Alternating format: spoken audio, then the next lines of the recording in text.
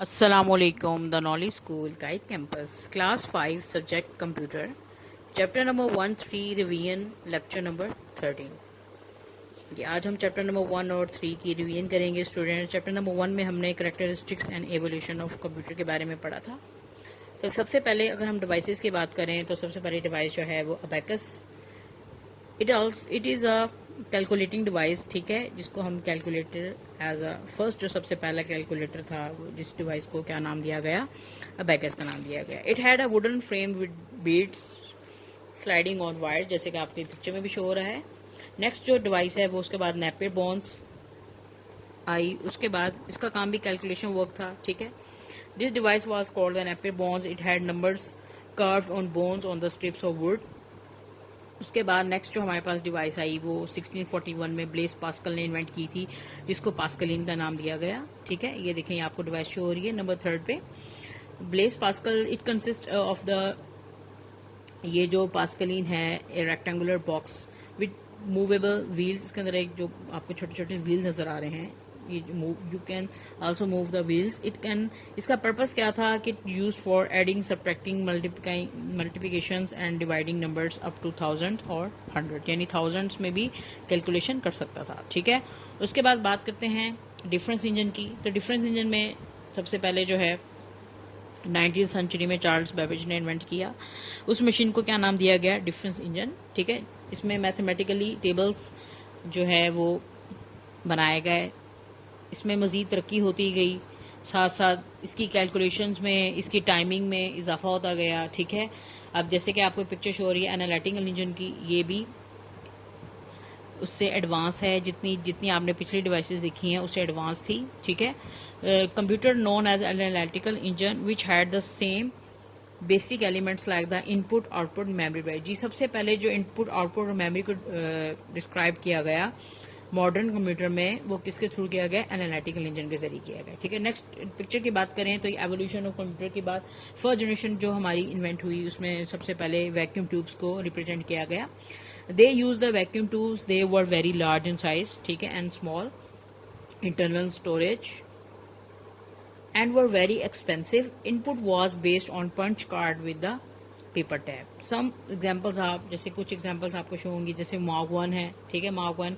उसके बाद नेक्स्ट की बात करें ENIAC है, ENIAC stand for the electronic numerical integrator and calculator. ये बहुत बड़े बड़े साइजेस के मशीन्स थी, ठीक है, जिसपे मुख्तलिफ जो इसके पार्ट्स है वो मुख्तलिफ कैलकुलेशन वर्क करते थे। जैसे एक पार्ट जो है वो एडिशन कर रहा है, मल्टीप्लिकेशन, डिवीजन, ठीक है।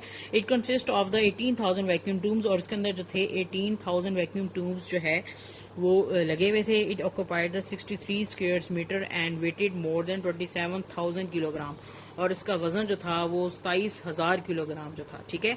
Where as the mark I took about 5 seconds for adding 2 large numbers then it could do in 200 micro second, यानी इसकी कैलकुलेशन जो थी as compare to other devices बहुत अच्छी थी। It was originally build to have the armory in launching bombs and missiles more accurately. It did not have the stored programs. It had to be programmed by manual wiring for each task. ठीक है। Did you know a stored program refers to a set of instructions stored in the computer for quick calculations. These instructions can be written in the different languages that can be understood only by a computer. These languages are known as programming language. इसे हम क्या कहेंगे, programming language. या बात करते हैं transistors की।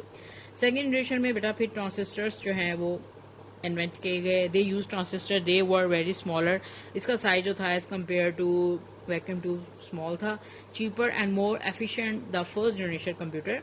दे contain all the components that we associate with modern day computers, ठीक है। अब इसकी एग्जांपल्स कुछ है, जैसे IBM है, RCA है, ठीक है, ये सेकेंड जनरेशन की कंप्यूटर की एग्जांपल है। उसके बाद थर्ड जनरेशन में चिप्स को इंट्रोड्यूस करवाया गया।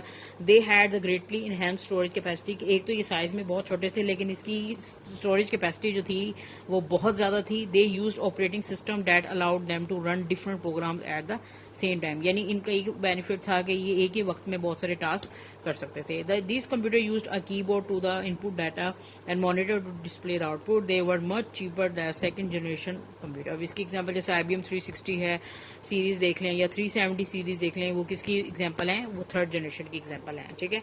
अब फोर्थ जनरेशन की बात करें तो fourth generation computer that present computer unique like micro processor, ठीक है। माइक्रो प्रोसेसर को फिर इन्वेंट किया गया, तो जिसमें अगर हम इंटेल की बात करें तो Intel develop the first commercially available micro processor call the Intel food 4004 इन 1971। जी सबसे पहला जो प्रोसेसर इन्वेंट किया गया वो 1971 में किया गया, जिसको इंटेल का नाम दिया गया, ठीक है। Intel develop the first commercially available. Now we turn the exercise. जी बेटा अब हम एक्सरसाइज की सॉल्व करेंगे। पेज नंबर 10 पे आ जाएं सब students.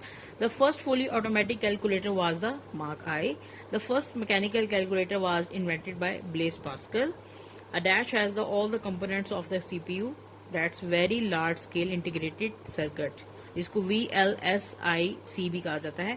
The first electronic computer that stored program was the EDSEC। The dash invented the difference engine. जी अभी आपको बताया कि ये इंजन है इन्वेंट किए थे चार्ल्स बेबेज, जिसको फादर ऑफ मॉडर्न कंप्यूटर भी कहा जाता है, ठीक है।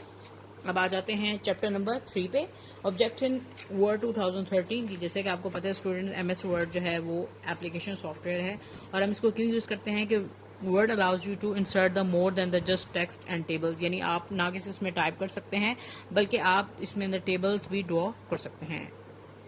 चलिए अब इसको डिस्कस करते हैं वन बाय वन कि how to insert the word art.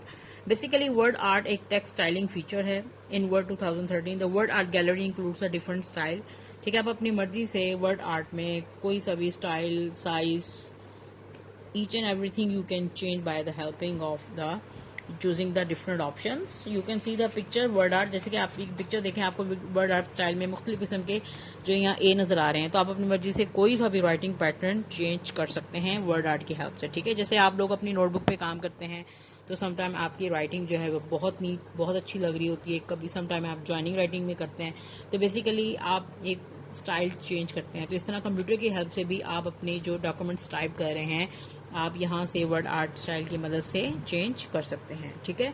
उसके बाद देखिए place holder for word art style. Let's suppose आपने यहाँ पे प्यू टेक्स्ट है, लेट्स सपोज आपने यहाँ पे वेलकम लिखा है, तो वेलकम आप अपनी मर्जी से कोई सा भी यहाँ से स्टाइल चेंज कर सकते हैं, ठीक है। उसके बाद बात करते हैं, you can also convert the text already typed into the word art text. Select the text and click the word art command. The select text will be placed within a text box. Change formatting using the font group। जी अब format tab की बात करें तो आप अपनी मर्जी से font group में जाके उसका डिज़ाइन, उसका page colour, font size, each and everything you can change, ठीक है। You have to follow the step. First one, you have to select the word art text, click the format tab, then you have to word art style group, click the drop down menu arrow of the text fill option, select the desired color। यानी आप अपनी मर्जी से, let's suppose आपने कोई paragraph type कर लिया तो आप अपनी मर्जी से कोई सा भी कलर इस पे अप्लाई कर सकते हैं, ठीक है। जैसे कि कुछ कलर्स इसमें बाय डिफॉल्ट होते हैं और कुछ इसमें मोर फिल कलर्स में जाके कलर्स कॉम्बिनेशन भी कर सकते हैं, ठीक है। ये देखें, you can see the picture also, text outline options, ठीक है। When you select the welcome then you can also rotate the picture. जी इसके अलावा आप पिक्चर्स को रोटेट भी कर सकते हैं, यानी आप अपने पिक्चर को या आपने टेक्स्ट स्टाइल जो भी लिखा है, ये वर्ड आर्ट स्टाइल, आप उसको अपनी मर्जी से left, right, horizontal, rotate text 90 angle या रोटेट टेक्स्ट 270 एंगल, जिस एंगल पे चाहें आप उसको चेंज कर सकते हैं। जैसे कि आपको ये वेलकम का जो है इसको रोटेट करके ये आपको इसकी पोजीशन नजर आ रही है, ठीक है। उसके बाद बात करते हैं इंसर्टिंग टेक्स्ट बॉक्सेस। या आप अपनी मर्जी से कोई भी टेक्स्ट बॉक्सेस सेलेक्ट कर सकते हैं। Let's suppose you simple text box है, उसके अलावा ऑस्टन कोट है, ऑस्टन साइड बार है, बेंडेड कोट है, बेंडेड स्लाइडर या फेसिट कोट, ठीक है। ये मुख्तलिफ पर्पज के लिए यूज किया जाता है, लेकिन सिंपल मोस्टली हम सिंपल टेक्स्ट बॉक्स ही यूज करते हैं, ठीक है। ये देखें, लेट्स सपोज जैसे इन्होंने ड्राइंग टेक्स्ट बॉक्स के लिए बॉक्स चूज की है और उसके बाद इसके अंदर आपने टाइप किया जैसे कि वेलकम, तो आप ये देख सकते हैं कि आपने इस टेक्स्ट बॉक्स के अंदर टाइप किया है, ठीक है। आपने इन स्टेप्स को फॉलो करना है। सबसे पहले you have to click the place the cursor to the position where you want to insert the text box. जैसे कि आपने बॉक्स सेलेक्ट किया, उसके बाद click the insert tab, click the text box command in the text group from the drop down gallery. उसके बाद बात करते हैं बेटा शेप स्टाइल्स की और शेप फिल की, ठीक है। तो you can select the shape effects, shape outline and shape fill by selecting the option. You can see the picture. When you click if you want to change the outline color, then you have to click the drop down menu arrow of the shape outline button in the same group and select the desired color। आप अपनी मर्जी से colour भी select कर सकते हैं। जी अब बात करते हैं पिक्चर्स की, लेट्स सपोज आपने कोई क्लिप आर्ट से पिक्चर सेलेक्ट करनी है या आप अपने कंप्यूटर में ऑलरेडी पिक्चर सेव है तो आप अपनी यह इस गैलरी से भी सिलेक्ट कर सकते हैं. You have to place the cursor at the position where you want to set the picture. Click the insert tab and click the pictures button in the illustrations group. The insert pictures dialog box open. Move the folder which contains the image you need. Select the desired image in the folder and click and insert. यानी आप अपनी मर्जी से कोई भी picture भी उस document form में ऐड कर सकते. जैसे यहाँ पे एक आपको पैटर्न बताया कि लाइफ इज गुड, तो लाइफ इज गुड के नीचे उन्होंने एक प्यारी सी पेंगुइन की पिक्चर जो है अपने कंप्यूटर से सिलेक्ट करके इंसर्ट की है. ठीक है, ये देखें. उसके बाद बात करते हैं how to insert pictures from the internet. जी, अगर इंटरनेट की बात करें कि अगर आप इंटरनेट से सर्च करना चाहते हैं तो just you have to search the term in the Bing image search.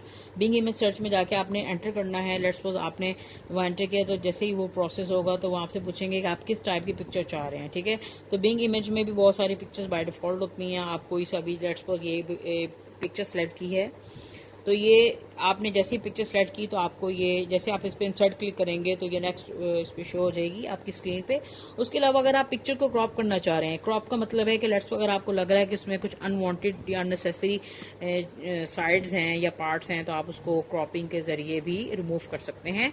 Cropping means to remove an unwanted parts of image. You have to select the crop, click the image, click the format tab that appears under the picture tools.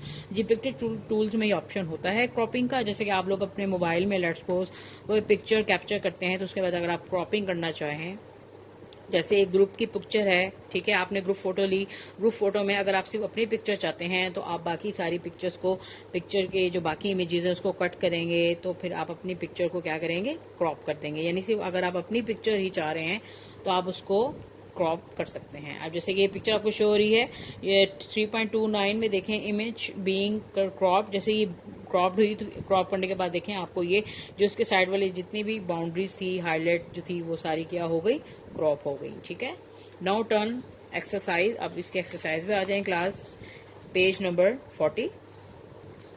Which of the following options are available on the clicking insert tab? Answer is all of these.